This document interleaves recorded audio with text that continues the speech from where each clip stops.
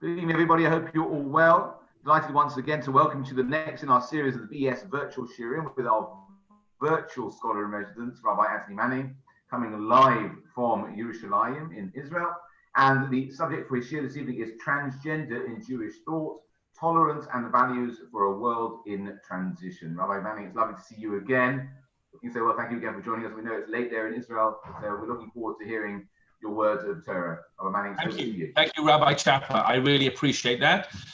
Great to see everybody. Actually, all I can see mostly is names, but I assume that there are faces and people behind those names. Oh, yeah, there's a face. You don't have to feel obliged to show me your face. Maybe people are sitting in their pajamas. I wouldn't want to intrude on their evening routines. It is late, after all, 8 o'clock, I'm sure. Although it probably doesn't get light till about, dark till about 11:30 or something like that. But middle of the summer. But here we are. So transgender. I was a little bit, I questioned a little bit whether this was a good topic to deal with. It was Rabbi Chapper's ideas. If you don't like it, you can blame him. But the truth is, I think it's an excellent, it's a very important topic to hit. We need to give it some thought from a Jewish perspective. It's obviously been in the news recently with the whole J.K. Rowling business. I don't know if people are probably far too busy with their lives to get embroiled in that kind of thing. But as you probably saw on the news, there was a lot of back and forth between all of the Harry Potter crowd.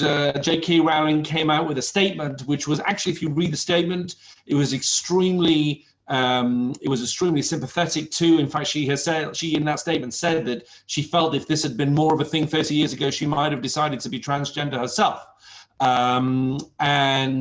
She gave a very broad, appreciation of sexuality, etc., etc. But she made the point that she felt that people who had decided to identify as the other gender but had not undergone any kind of treatment or hormone treatment or physical surgery, she felt that those people should not, this is what she said, it's not what I'm saying, but it's what she said, she felt that those people should not be allowed to just become the other gender just because they wanted to be, because they wanted to identify with that and not yet taken any steps to do that. They shouldn't be allowed to use the women's bathrooms if they're a man who just identifies at this stage as a woman. And she received the most enormous backlash of negativity from the people that she used to work with, etc.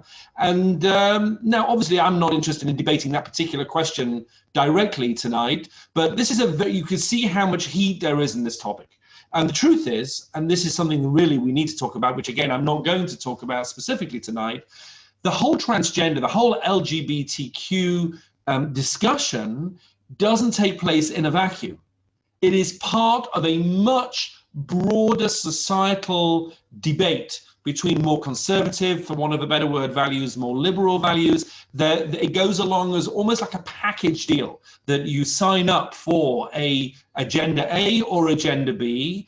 And if you're in this group, you support X, Y, and Z, and it comes along with a lot of different social, societal, political points of view.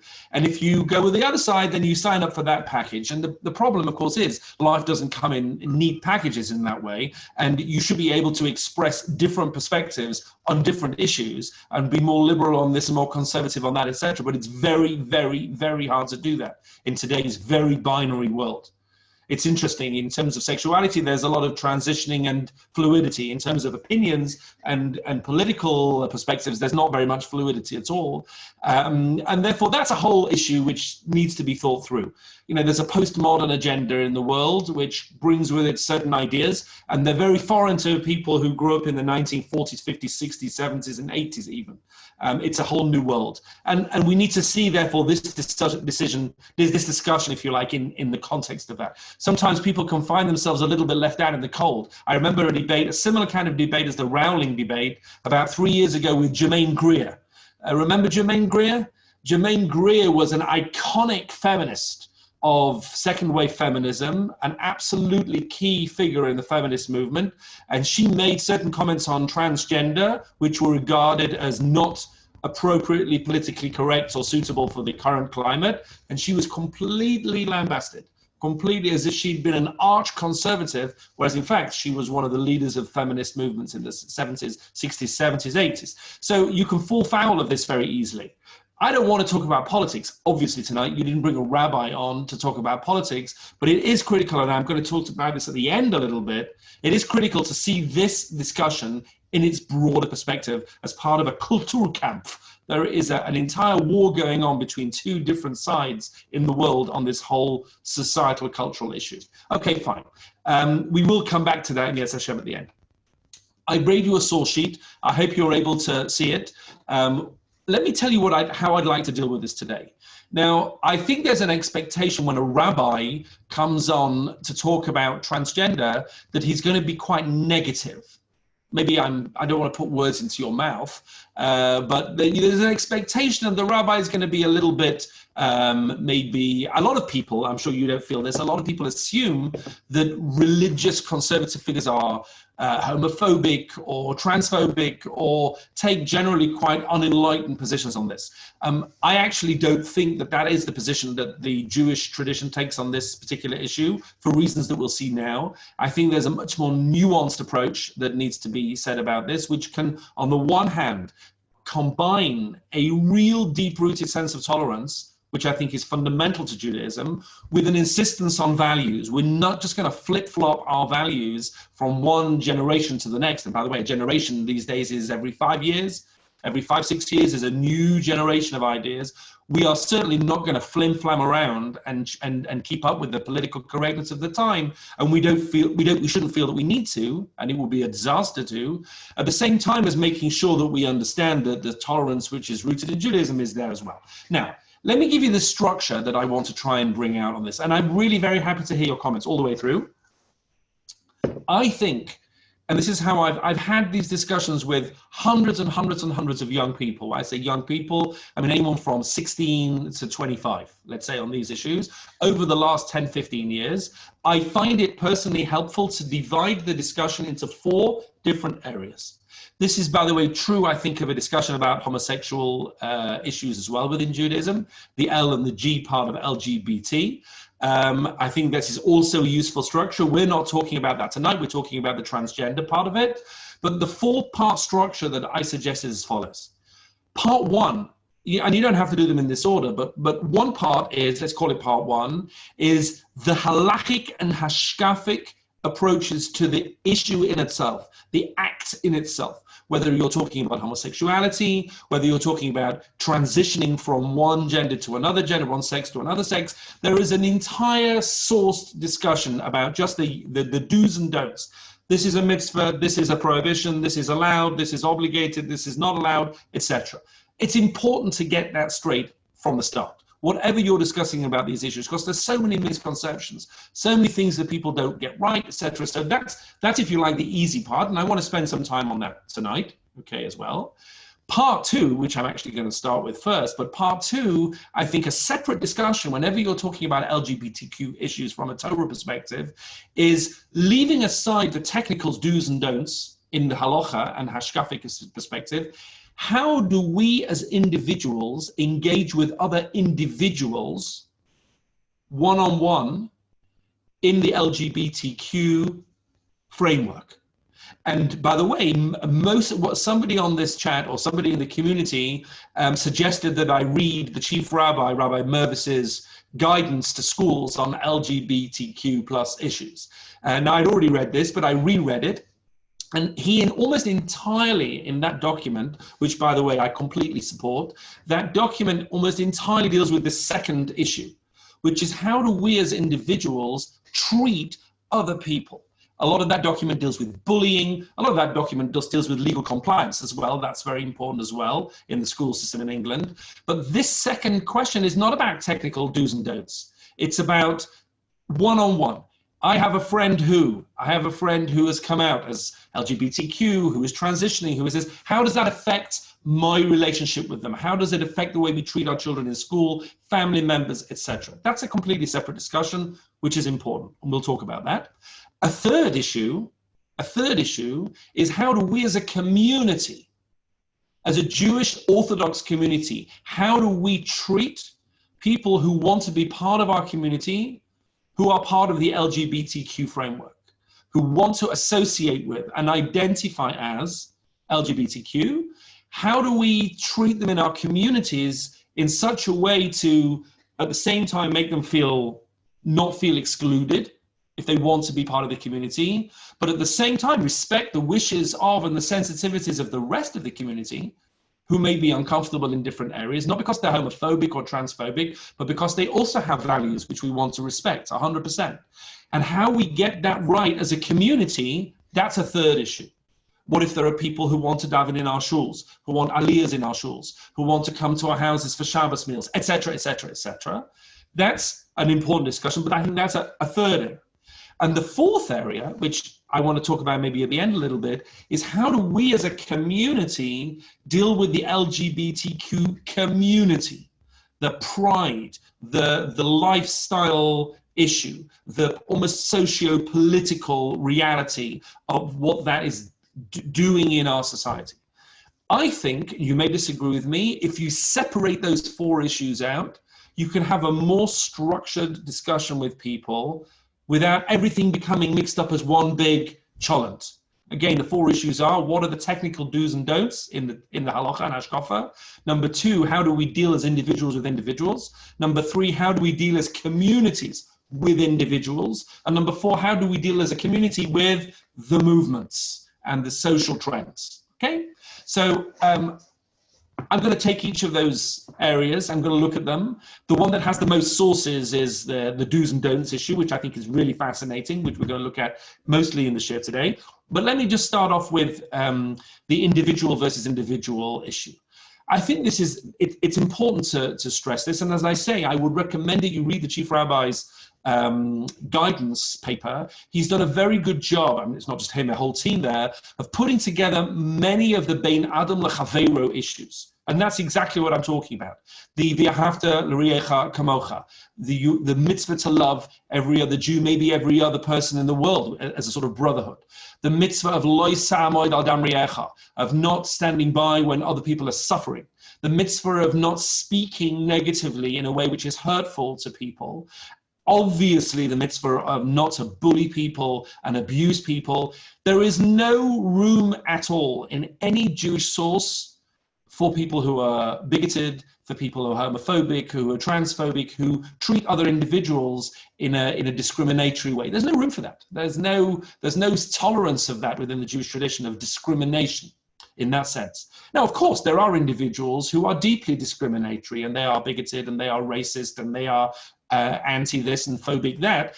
We know that, and none of us are perfect, and we all struggle with different areas. But it's important to understand that there's no justification for that anywhere.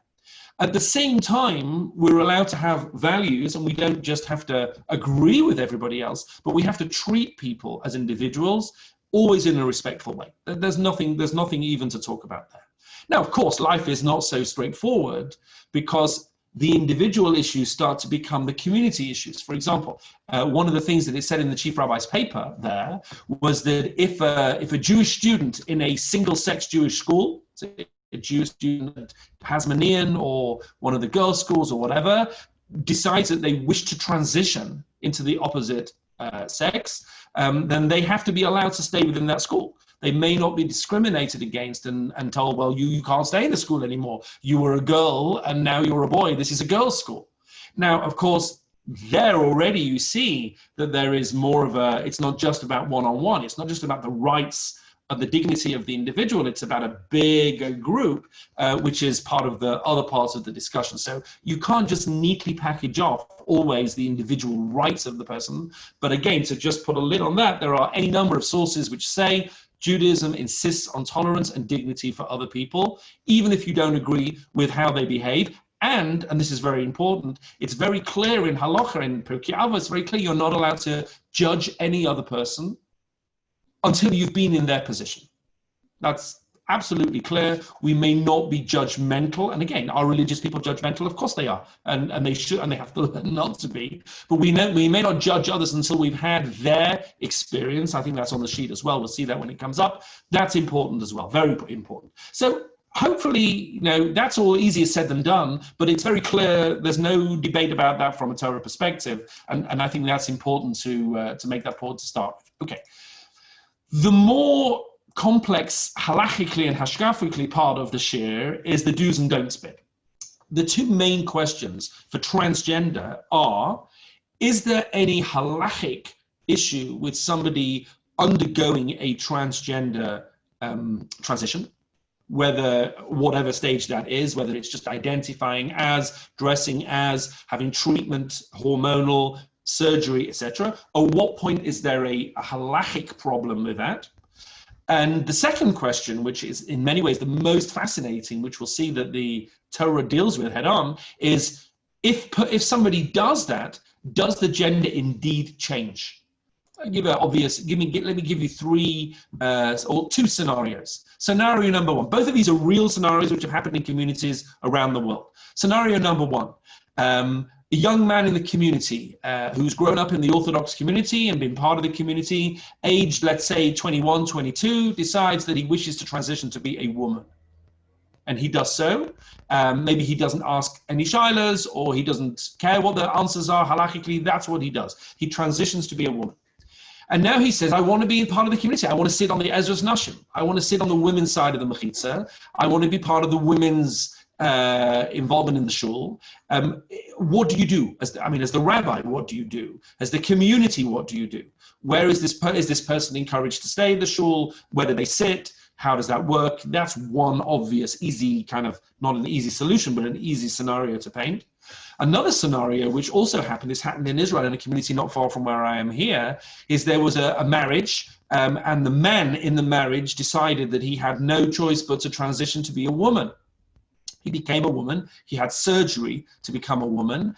And he said to his wife, but I still love you, and I love our children. I mean, why would he not love her and love the children? I wish us to remain as a family unit. Except I'm now a woman and you're a woman and we have children. And she turned around and said, well, I'm sorry, that's not how it works for me. You know, if you had to do what you had to do, that's your decision, but we can't remain married under this, under these situations. You have to give me a divorce. And he turns around and says, well, I'm not going to give you a divorce because I don't feel that we need a divorce. A fascinating halachic question is, does she even need a divorce? Is she even married? She's married to a woman, or is she? How does that work? What happens if your partner becomes the opposite gender? How does that work? So that's a fascinating halachic scenario. And again, that happened not far from where I am now. We're going to look at some of those issues as we go through. Let me share the screen. Let's look at some background issues that we can flesh out a little bit at the beginning. First of all, let's, as is very important, to separate gender and sex on these issues. Somebody who is born with a certain sexual format, whether male or female, that's an anatomical, often hormonal, chromosomal reality. They are a certain sex, although there are a number of people who are born naturally in an ambiguous anatomical situation. That's always been the case. That's been the case since the beginning of time. That's what the Gemara calls androgynous person, or a tumtum. A tumtum is somebody who is not clear what their sexuality is, and androgynous has both. Today, we call this intersex. Intersex is somebody who is born anatomically with dubious sexuality. It's not clear what their sexuality is. That, of course, we'll get to that in a minute. There has to be a decision often made when the baby is born, obviously a very tragic situation. What are the doctors going to do? How are the doctors going to decide whether this is a male or a female? And almost always the doctors are inclined to operate in a way to create a female rather than a male. For obvious reasons. It's much easier surgically to default to a female rather than a male. We'll see what the halachic situation is with that. That's a sexual anatomical reality. But in terms of gender, meaning the maleness or femaleness in a person, there is a different analysis in classic thought. Let's have a look at some of these sources. Number one, clearly the Torah believes in something called gender. There is male and there is female. Number one, Vayivra Elokim es Adam. I hope you can see the sheet. God created mankind, B'Tselmo, in God's image. That's also not a physical image. That's a spiritual image. B'Tselem Elokim bara ota. He created him, it, singular.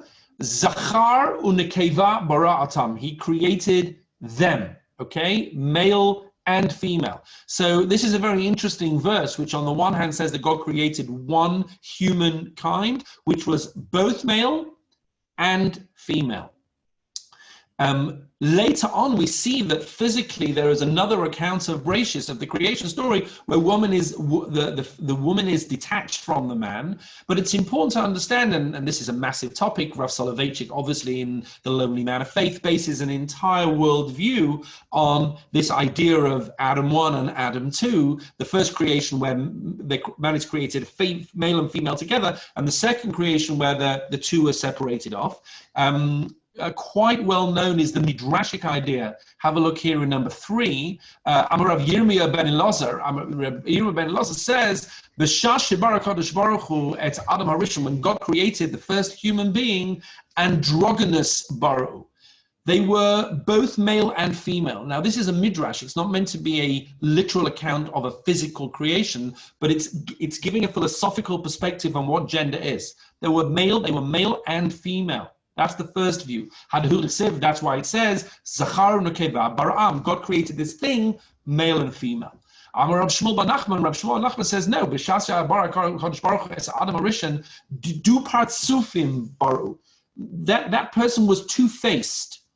Like a male in one direction and a female facing in the opposite direction. The Nasru, and then they were separated. Va'asu Gabaim Gav Lakan, or rather, they were originally together, one back to the other, and then they were separated off into the male and female. Now, what's really going on here in this midrashic source is a discussion about the concept of gender.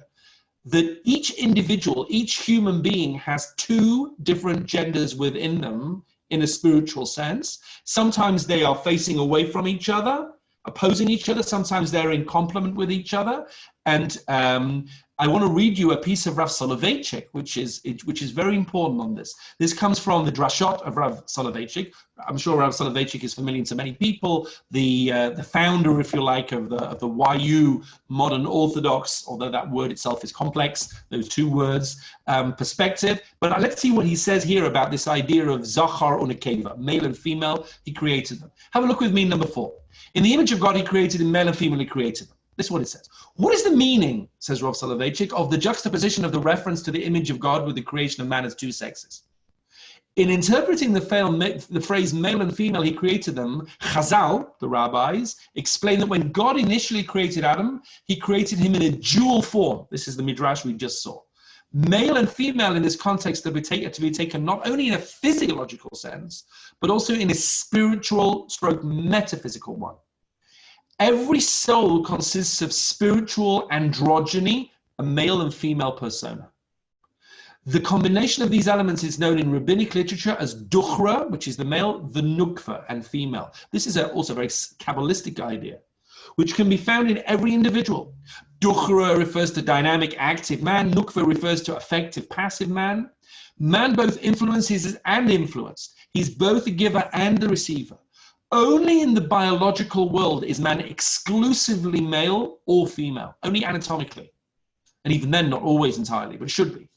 In the spiritual world, every individual carries both traits, male and female, and only through the development of both the duchra, the male, and the nukva perspective, the female, can individuals attain their full spiritual potential. Therefore, there's an awful lot to say about this idea of gender. There is a book which I recommend you to read if you're interested in this idea. Miriam Kosman, who is a very interesting personality and writer and thinker in Israel, she lives in Bnei Brak, wrote a book called, I've put it on the sheet here, a reference here, Circle, Arrow, Spiral, Exploring Gender in Judaism. It's not about men and women, it's about male and female, this book, and it's well worth a read if you're interested in these issues. The more Kabbalistic commentators, even in a quasi-halachic sense, say that this can have a real effect on somebody's spiritual life, their soul. For example, look at this. Now, I'm not a Kabbalist, folks. If you want deep Kabbalah, you have to please go to your local Orthodox Kabbalist. Maybe Rabbi Chapper is a secret Kabbalist. Maybe he's not so secret. Yes, sorry. Have I given the game away? Sorry. Could be his wife is, whatever. The whole point is you need to speak to someone who knows what they're talking about, and that's not me. I want to hasten to add. I'm not a Kabbalistic thinker. I'm not trained in that way. But if you tap into the Kabbalistic sources a little bit, have a look here for a second in number 5. This is the Kaf HaChaim. The Kaf HaChaim is a Sephardi, Rav Yaakov Sofer, commentary on the Shulchan Aruch, often called the Sephardi Mishnah Brura, which is an incredibly Ashkenazi-centered view of the world. If you think about it, why is the Mishnah Brura not the Ashkenazi Kaf HaChaim? Okay, fine, let's leave Ashkenazi Sephardi issues aside. But he is a Sephardi Kabbalistic commentator. Look what he says. And again, maybe you can make more of this than me, but look what he says. Da, number 5. This is commentary on the Shulchan Aruch. Ki ha'adam, a person, afal pi shehu zachar, even though they may be male, let's say, or female, yesh many averot shegormu lo litapech liot nekeva. There are different behavioral norms that can turn you more from spiritual male into female. There's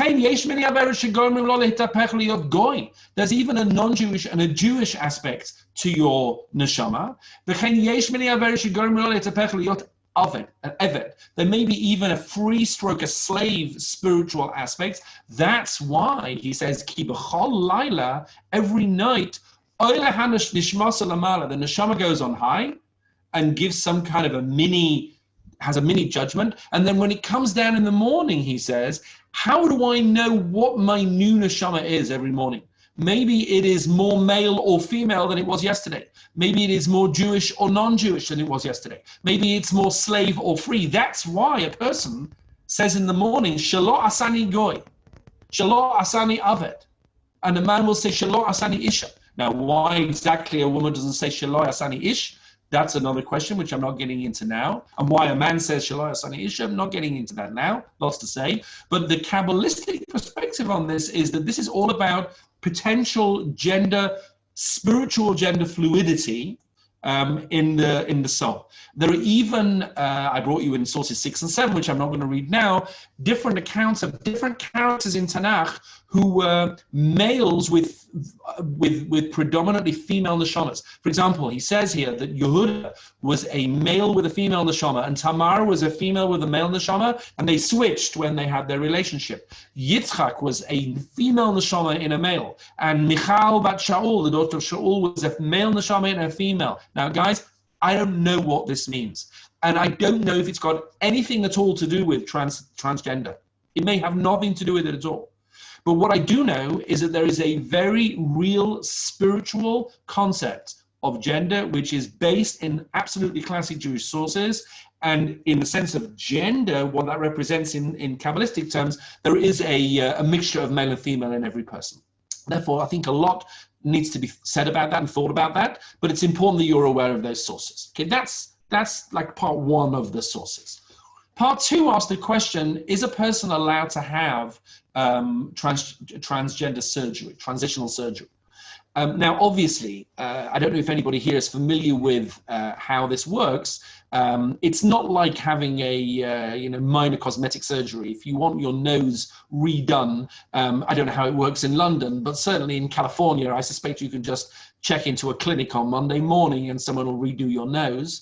I don't know how it works in England, but certainly for transgender surgery treatment, it's a very long process. There's a lot of counseling involved. There's a certain amount of time that a person has to live identifying as the other gender, the other sex. They have to take hormonal treatments, etc. You can't just have surgery tomorrow morning. That's not how it works, and quite rightly so. And maybe this is the point to make the point that transgender issues are very often accompanied by very significant mental health challenges. Now, up until 2019, the World Health Organization actually classified transgender as a mental illness.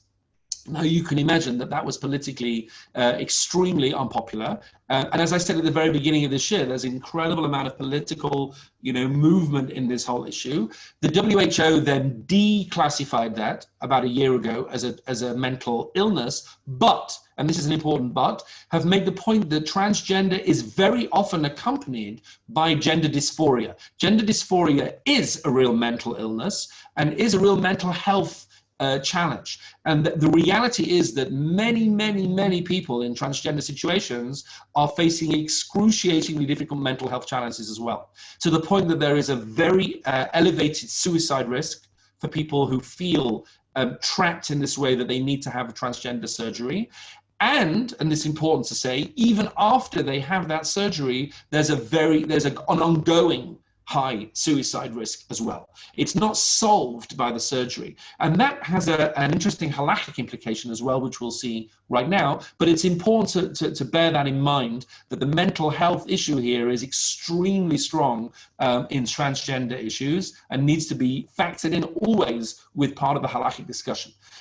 Is a person allowed to have transgender surgery? The answer is no. That's very clear. It's a black and white issue. Under normal circumstances, they're clearly not. There are many breaches of Torah prohibitions involved in transitioning physically from a male to a female. Let me just give you all the other way around, from a female to a male. Let me give you a few examples of that. But you can look at the sheet in your own time. Let me just see that. Here, you just disappeared off my screen.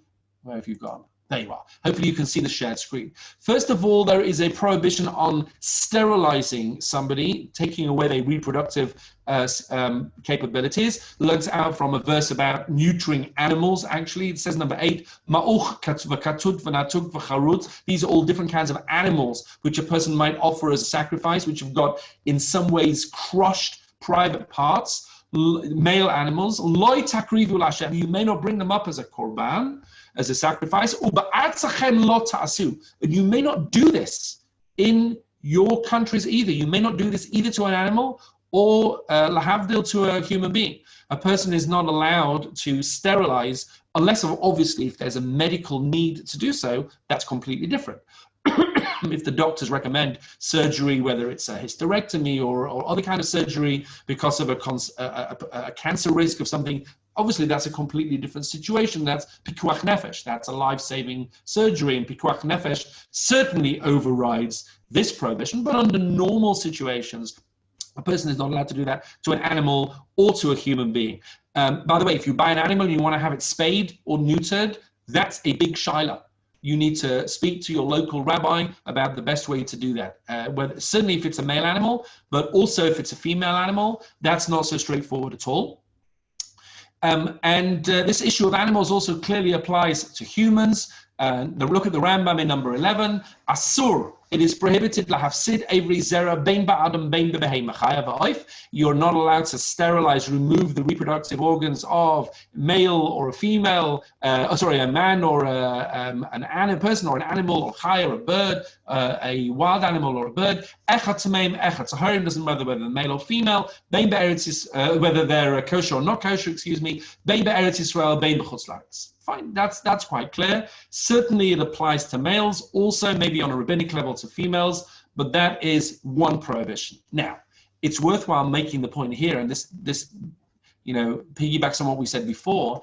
If, God forbid, there is someone who is a genuine suicide risk, then that's part of the halachic question. Meaning, if someone is to go to a rabbinic advisor, a rabbinic posek, and say that this person there's a real risk that they will commit suicide, God forbid, if they do not have this surgery, then that's maybe a different question.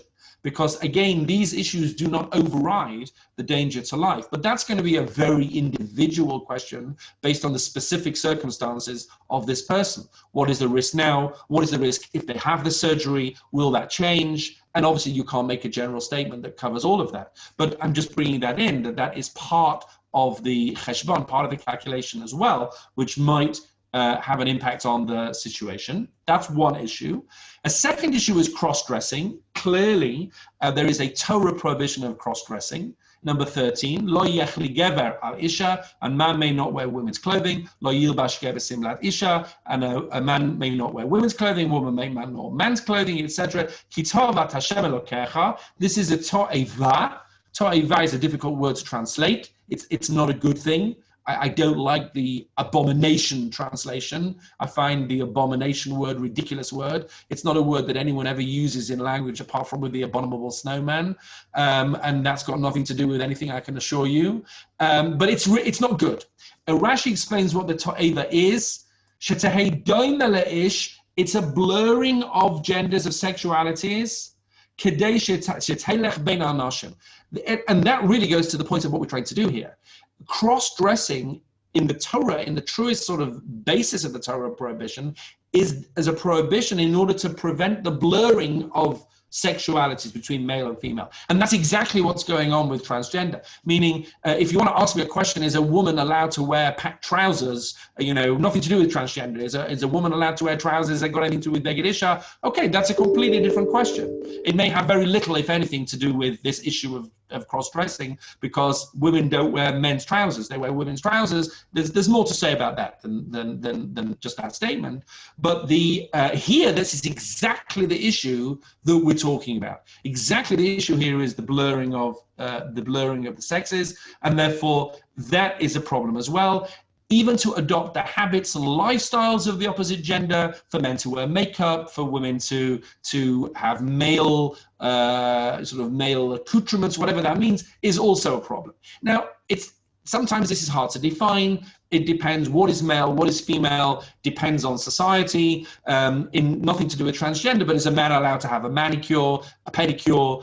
That's a separate issue. That may depend on what is the norm in society. But there's no question with this issue, with transgender, that the whole point is indeed to very clearly blur and cross over from one to the other. So is it permitted in halacha? No, it's not permitted.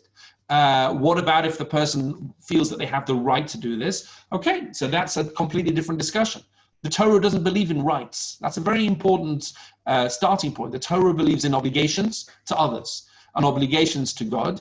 Rights don't really come into it. It's a completely different way of looking at the world. And therefore, if someone were to ask the question, is there a problem in the Torah of having transgender surgery? The answer is yes. Now, again, like I said before, depending on the individual circumstances, each question is going to be very individual. Normally speaking, this is not the question. The question is not, Rabbi, can I have transgender surgery? The question is, what if you come across a case where that has already happened? Let me give you a scenario that happened to one of my students. One of my students became a madricha on a program, like a counselor on a program for other girls, a girls program, and she was sharing a dorm with another girl madricha. And a few weeks into this program, this other madricha told her, well, I don't know if I should have told you this before, but I actually used to be a man. I transitioned about a year ago from being a woman, from being a man into being a woman. And some people transition in a way which makes them appear extremely feminine, and she never even thought, she didn't notice, it didn't occur to her. So now my student calls us up and says, well, where does that leave me? Do I have a problem sharing a bedroom with this person? She used to be a man and now she is a woman. Did that work, quotes unquote, halachically? Does that put me in a difficult position? What about if she wants to touch me in a way which is like innocent, but is she a man or is she a woman? How does that work? Really going to the issue of, does the gender change? Like I said before, if a person has a transition, where do they sit in Shul? Are they still married to the person they were married to before? So let me show you a couple of sources on this, because there are other things I want to talk about as well. I brought you a little bit on 16, 17, and 18 about the issue of intersex, which, as I said, is a completely natural phenomenon, that there are very tragically children who are born with multiple indicators of sexuality, male and female.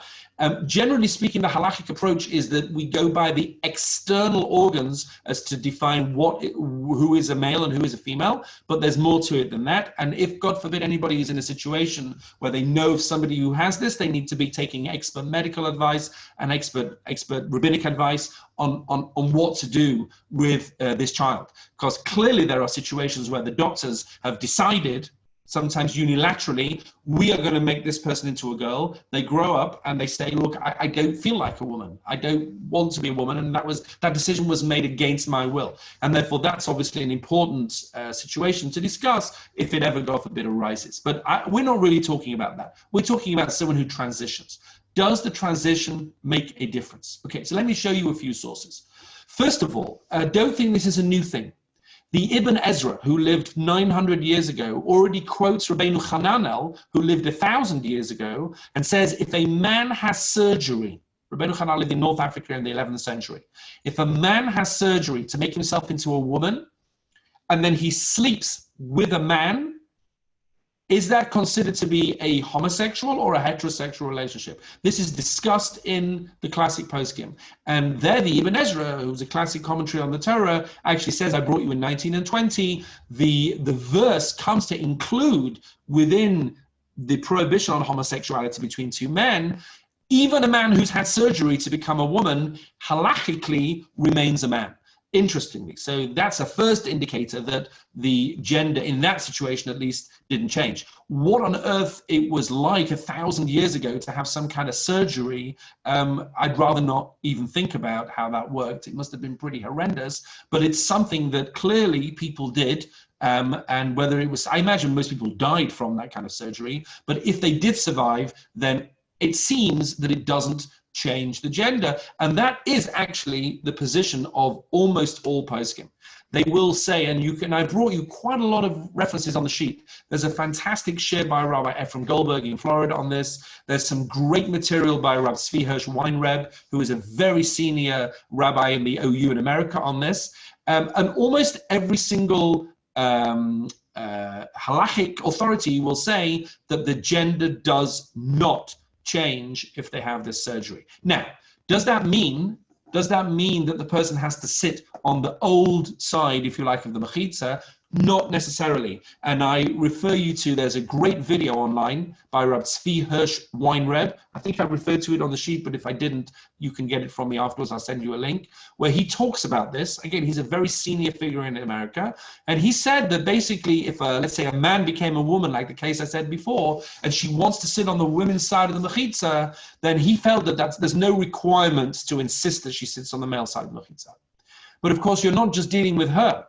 You're now dealing with the rest of the community as well. And therefore, as the rabbi, you're going to have to balance everybody else's sensitivities as well. It's not just about being sensitive to one group of people. It's about trying to be sensitive to everybody, which of course is part of the challenge.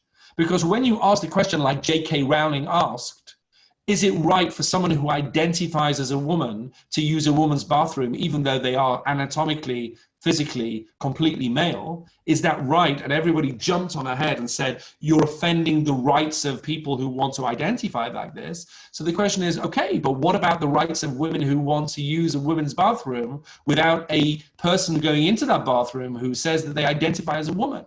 And this is a real issue. There seem to be often in these debates one group of people who have rights that need to be upheld, and another group of people who are, their rights, people run roughshod over their rights and don't really care about their rights. And that's part of the political correctness, like I said at the beginning, that this is part of a massive Kulturkampf, a war between different perspectives. Anyway, so the gender doesn't change according to most poskim, but leave aside where they would sit, which side of the mechitza. There is one debate, however, I just want to show you for 5 minutes because it's absolutely fascinating. There is one little possibility that according to at least one posek, maybe the Tzitz Eliezer, in some situations we will say the gender did change. Have a look at this question number 22. This is a halachic shaila, halachic question which is about 100 years old, by someone called Rav Yosef Pelagi, probably more like 150 years old. He's a rabbi in Italy in the 19th century, and he writes the following. Look at number 21. I have received the following question. In Tzarich Get Kedat Moshe Yisrael in Yera Kazot, does a woman need a divorce in the following situation?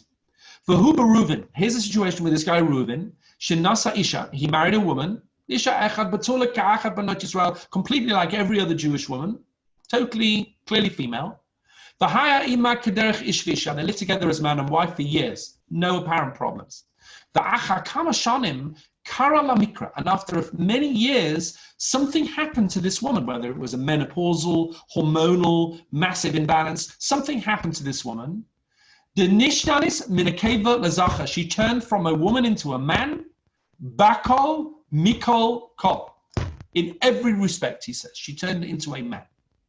Mahu hadin lezot shehaita nekeva. What is the status of this woman who used to be a woman, the eshet ish, and used to be a wife? V'nasid zachar, now she's turned into a man. Im tzarich Reuven zel legarsha beget. Does she require a halachic divorce if they separate? Kedat Moshe v'Yisrael. Kiven shehaita ish, she was his wife, eshet ish, or Dilma, or maybe not. Maybe she doesn't require a get. You have effectively two men who are, quote unquote, now married to each other. And you can't have a marriage of two men. It doesn't work in halakha. That's clear. And he rules, actually, she doesn't need a get, fascinatingly. He says, as far as I'm concerned, she is now a man, and she's not married anymore. She's not married anymore. Therefore, why would she need a get? Two men don't need to give each other a get, only a man and a woman. Now, that's interesting. According to him, it seems that something shifted halachically. Where does he base this on? He bases this on a 15th century tshuva of the Trumat Hadeshen. Let me give you this tshuva. It's in number 22, but I'm going to explain it to you outside the source. Let me tell you what's going on with the Trumat Hadeshen. Just a little bit of background for 2 minutes. The Trumat Hadeshen, Rav Yisrael Isserlin, lived in Europe I think in Austria or something like that, in the 1400s. And he wrote this book of halachic questions, and he said basically the kind of questions that everybody asks me are a bit too boring to write into a book of halachic questions. So, the usual stuff, I drop my fleshik pan in my milchik sink or something like that. So I'm going to make up 354 questions that I wish I'd been asked, and I'm going to tell you the halacha in each case. Fascinating. He obviously did this and to teach halacha. It's a very innovative way to teach halachic ideas. So one of the questions that he raises there is the following question. What is the status of Mrs. Eliyahu Hanavi? Now you can obviously see why no one ever asked him this question. Remember the story, Eliyahu Hanavi goes up to heaven alive in a fiery chariot, a chariot of fire, and he's now alive. He's been turned into an angel, a malach. Okay, brilliant. Not so brilliant for Mrs. Eliyahu Hanavi, who's waiting back at home for her husband to come back from work, whatever prophets do for their sort of non-profit or profit that they make in their organization, okay? We don't have any profits anymore. Obviously, we are entirely a non-profit organization as Jews. But Eliyahu Hanavi goes off to heaven, and someone comes back and says to his wife, we've got good news and bad news. The good news is, thank you for the applause, the good news is that your husband is a malach. The bad news is your husband is a malach. And she says, well, that's great, but what do I do? Am I allowed to go get married to someone else now? Meaning he's not dead, so she's not a widow. She's not ever going to get a divorce because he's now an angel. Does she or does she not need a divorce to get remarried? And the Trumat Hadeshen says, you know something? She doesn't need a divorce because she's now married to a malach. A marriage to an angel is not a valid halachic marriage. And if something happens to your spouse in the middle of the marriage, this is based on earlier authorities, Rashi, etc. I put them all on the sheet. If something happens to your spouse in the middle of the marriage that makes it such that you could never have halachically married them in the first place, if that happens in the middle of the marriage, it implodes the marriage and the marriage no longer needs a divorce. It doesn't need a divorce. It's not a marriage anymore. So if you're married to a man and the man becomes a malach, I mean, every woman thinks that her husband is an angel, right? Until she's been married to him for a couple of years, and then the grim reality sets in. But some women, the husband really is an angel. Like Eliyahu Hanavi says, she's not your husband anymore, doesn't need a divorce. Based on this, all of this, the Tzitz Eliezer was faced with the flip side of the coin. The Tzitz Eliezer, Eliezer Waldenberg, who wrote a lot of material on medical ethics, he was the Rav for, someone just asked a question, if a woman is married to a man and finds out that he's impotent, is the marriage invalid? That's a very interesting question, and it depends on when she finds out, basically. If it happens at the very, very beginning of the marriage, it may well be that the marriage is not valid. Meaning if there's something so fundamental to the marriage that the marriage could never function as a marriage, then maybe there's what to say. If it happens years into the marriage, obviously there's nothing to talk about. Clearly that's still a marriage, she requires a divorce. We very, very rarely implode a marriage. We usually say if it needs to end, it has to end by a divorce, which obviously can be messy. So the Tzitz Eliezer says in a case where a man became a woman and now refuses to give his wife a divorce, man became woman and refuses to give his wife a divorce, maybe she doesn't need a divorce because maybe her husband is no longer a husband. He's now a woman, and therefore two women would not need to divorce each other because a marriage is only between a man and a woman. And I brought you this source here. I'm not going to read it all inside, but this is in number 23 and number 24. He basically wants to try and argue that it could be that the gender does in this respect anyway, change. Let's just see this in context. The Tzitz Eliezer doesn't say that you're allowed to have a transgender operation. He certainly doesn't say that. And he really is trying to argue the gender change in order to free the woman from an aguna situation.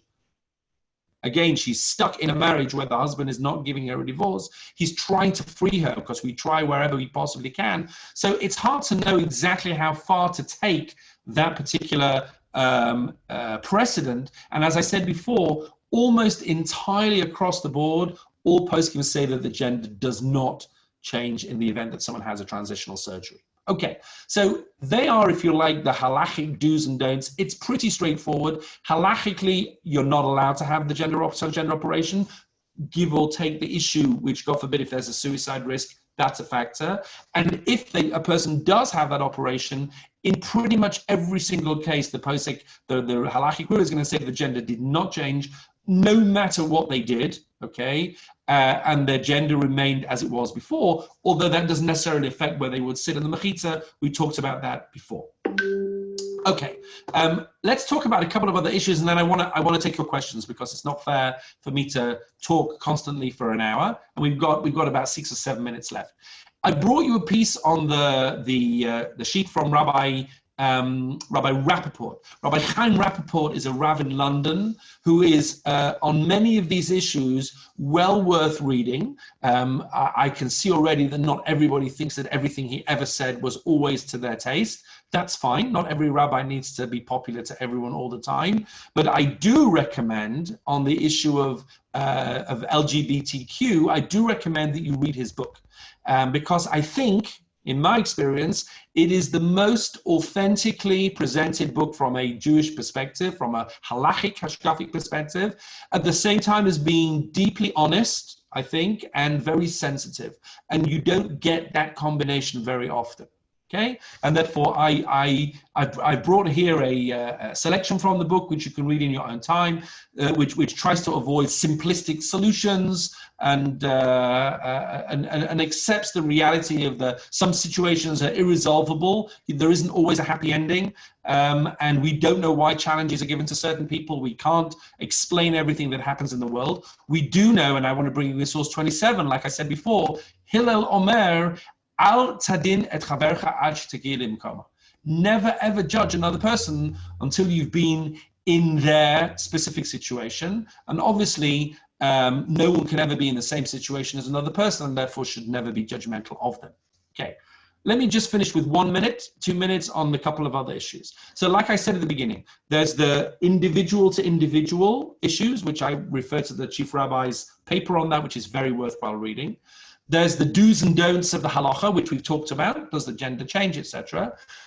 Then there's the community issues, which I have no easy solution for. And unfortunately, the rabbis are in terribly difficult situations. If you have a couple or an individual in a community that wants to identify with the LGBTQ lifestyle, they feel that's who they are. They don't want to lie about who they are. They want to be honest and not hypocritical. But they also want to be part of an Orthodox community.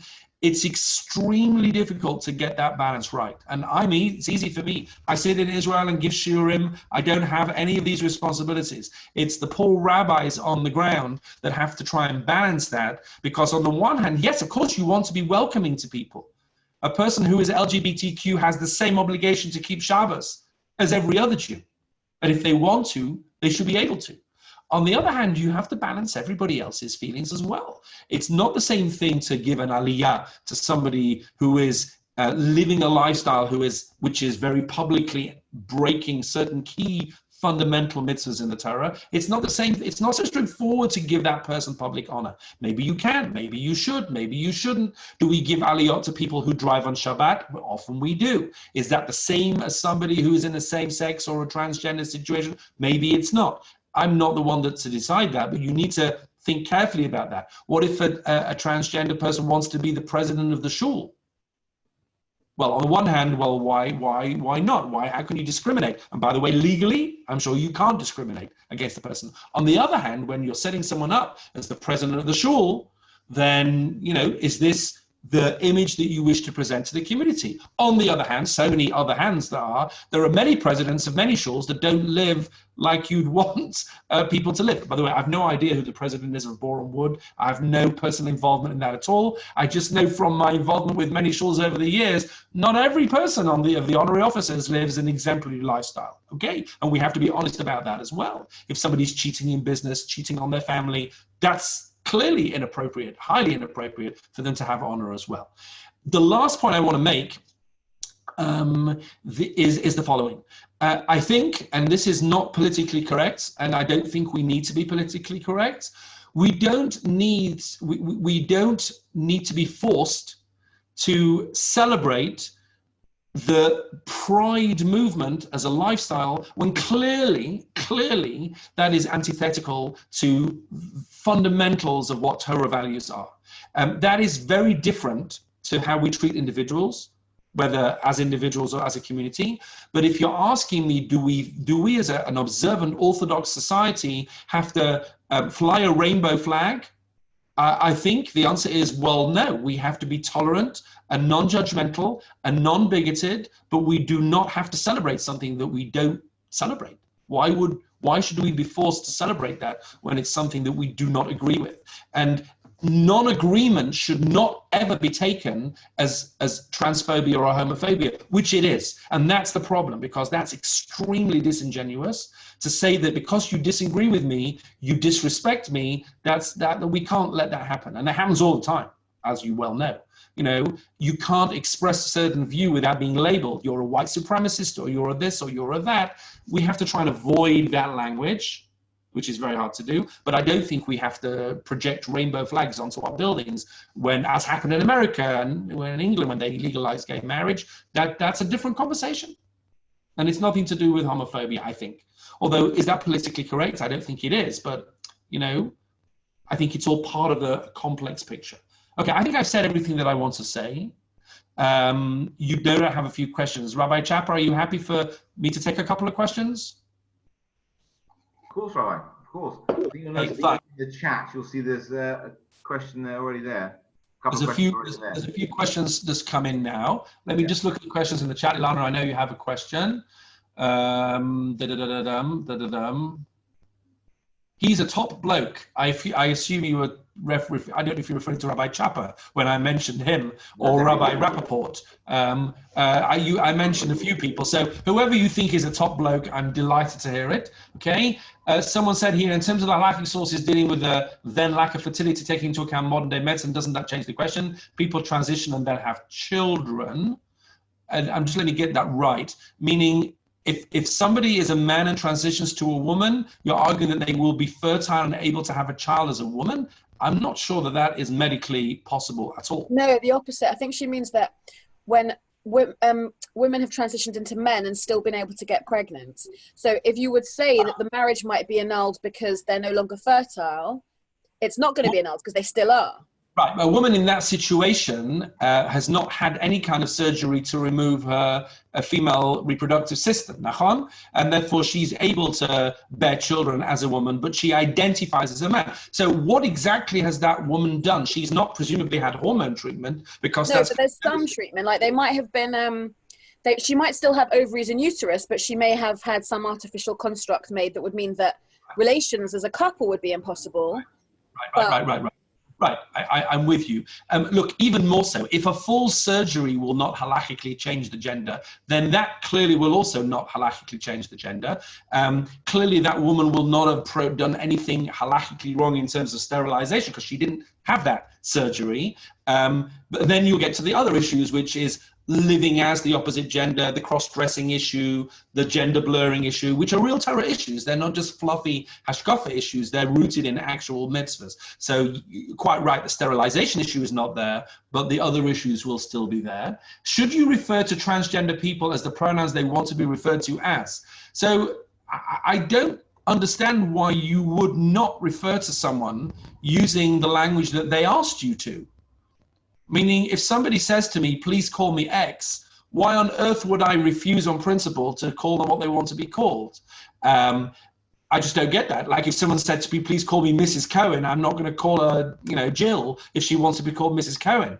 And if I'm not going to call her Mrs. Cohen if she wants to be called Jill. So if someone insists that I refer to them or requests that I refer to them being as a different pronoun, I don't see why halachically that's a problem. On the contrary, I think it's a problem to disrespect them and it's call them something they don't want to be called. I don't think it's appropriate at all to pass laws forcing people to do that. That's a completely different question because that's pushing an agenda onto the society as a whole. But just as a bein adam l'chaveiro, and as an interpersonal issue, I don't see why, if a man says, please call me she, that I would insist on doing otherwise. What am I achieving by doing that? I don't know, maybe other rabbis would disagree, but I don't quite see what the halachic problem with that is, if they want to be called what they want to be called. I don't know, is that controversial? What do you think, Rabbi Chapper? You're smiling at me. No, I agree. I think a couple of risks is involved here. That just because a person has made a lifestyle choice that's not necessarily in accordance with your own beliefs, and necessarily with Judaism, it doesn't negate the responsibility to show them respect. Correct. I received my first email this week from somebody who, when they signed the email, maybe this is common, but I've not seen this on my emails before, they put their name and then the relevant pronouns that they wish to be called. She, her, whatever it was, so that there was no dispute or doubt or lack of clarity as to what she wished to be referred to as. We did the same thing with titles. Right. If you want to call me, exactly how do you call Lord Chief Rabbi Sir Jonathan Sachs, you've got to get that right, otherwise you're going to look very foolish when the day comes. Okay, another question here. What should a community do if the 10th man who shows up for the Minion is a woman who'd had GRS to be a man and so considers herself to be a man?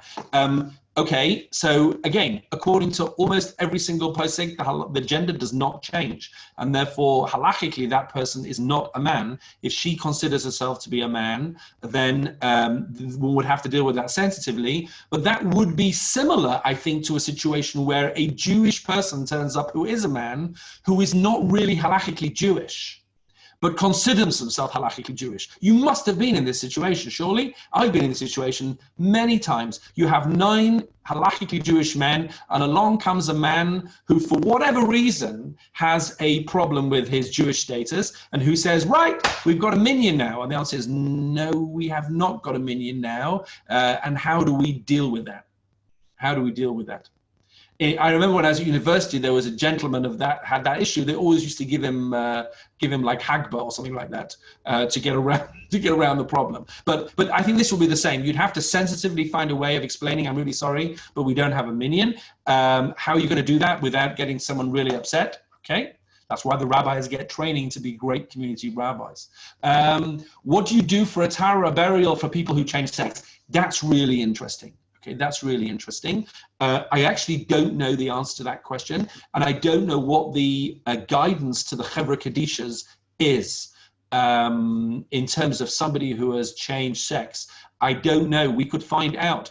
I would imagine that if somebody who's had a full anatomical sex change to be a woman, then it would be appropriate for women to carry out the Torah in the Chevra Kadisha. I would imagine, but I'm not an expert and I don't know. And it may be that may not be so much a halachic question as a question of custom and minhag and what the people feel is appropriate. But I don't know, has that been raised in England as an issue, discussed in rabbinic circles? If not now, then it won't be long before it is. But yes, that's a very good question.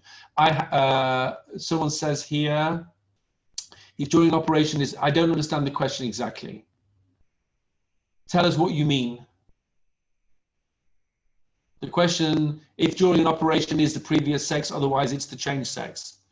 Is that a question or is that just a clarification? Maybe it's just a clarification. Hi, that was an answer to the during the Tahara. I've actually had a shiur on it. And as you say, if you've actually had the full operation, and you've changed sex, then you have the Tahara as the changed sex. However, if you die during the operation, God forbid, then it's as you were previous to the operation. Thank you for the clarification. That makes a lot of sense, and I understand that. Any more questions? I don't want to take you too late over time, But if you have any questions, you can always raise them with me. I have no nothing brilliant or new to say on this, other than an analysis of, I think that the only chidush is the structural integrity of the discussion, which I think is important and helpful, because what's really critical when discussing this with people is communicating that you can, on the one hand, have a halachic value, disagree with certain views on life of other people, and at the same time be non-judgmental and non-bigoted, etc., and sensitive and tolerant on an individual level. It really is possible to do, and it's essential to do. Somebody said here, the South African athlete, how do they fit on the scale as a woman with very male physical attributes? She's halakhically a woman without a suppression of hormones. Well, this is what Jermaine Greer got into trouble with. She didn't like the idea that that men could transition to women and then play women's tennis. She said it's not fair because they've got an advantage.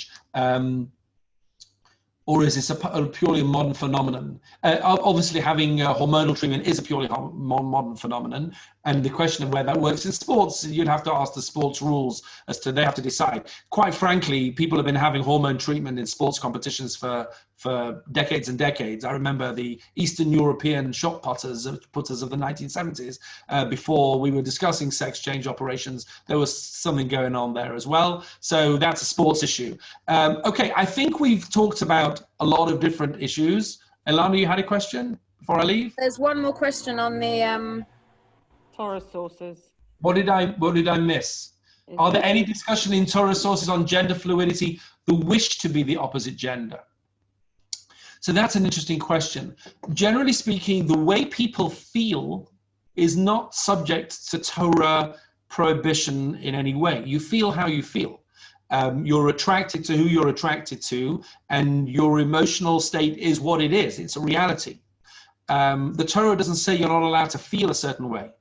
The Torah says you're not allowed to do certain things.